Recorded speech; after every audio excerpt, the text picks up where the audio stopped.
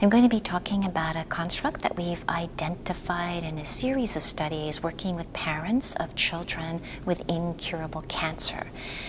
What they've described for us is that internal to them, they have a definition of what it means to be a good parent to a dying child.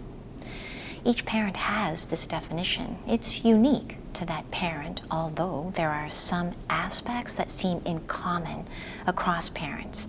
And I'm going to be describing what they have reported as their definitions of being a good parent, and also what we can do as healthcare professionals in oncology to support them at this time in achieving their definition before their child dies.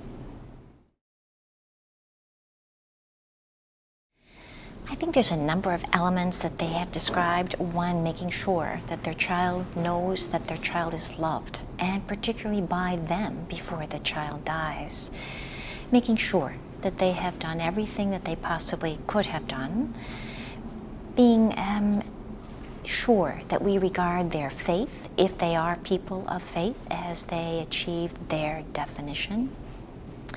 Being sure that they have been able to be well enough informed of their child's status to be good parts in making good medical decisions related to their child's current status and condition. This has been pretty interesting to me, and so certainly it is to always let them know what's been done against what possibly could be done, and to let them know we've done it to the best of our abilities, that they have not overlooked anything. That seems to be the number one most important aspect for them to know and believe. To also know that they have been good parents, for us to point out what we have literally seen them do, heard them say, that constitutes being good parents to a very ill child. To actively being present when it's very hard to be present during those times. To know that they are unforgettable, that their child will be long remembered by us after they have gone home, with or without their child.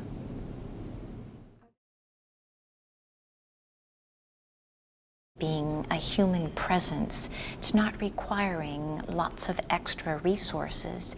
It's being able to be present, to ask the question about what it means to them to be a good parent, to listen well, and then to the best of our abilities to honor their answers.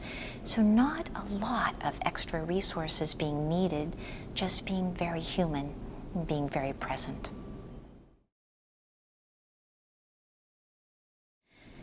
I think the challenge for us is to be comfortable enough to pose the question, and the question we call the good parent question. Please, would you share with me what is your definition of being a good parent to your very ill child now?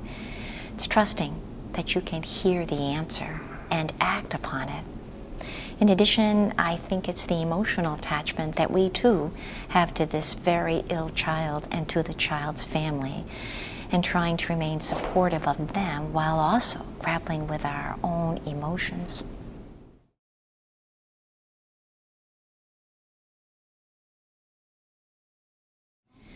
I think it is in honoring their definition, trusting that they know this child very well, and that we ought not to make decisions on behalf of the child or on behalf of the parents without fully engaging the child to the extent that the child can be engaged, but always seeking the parent input to any next steps that might be options for the child's care.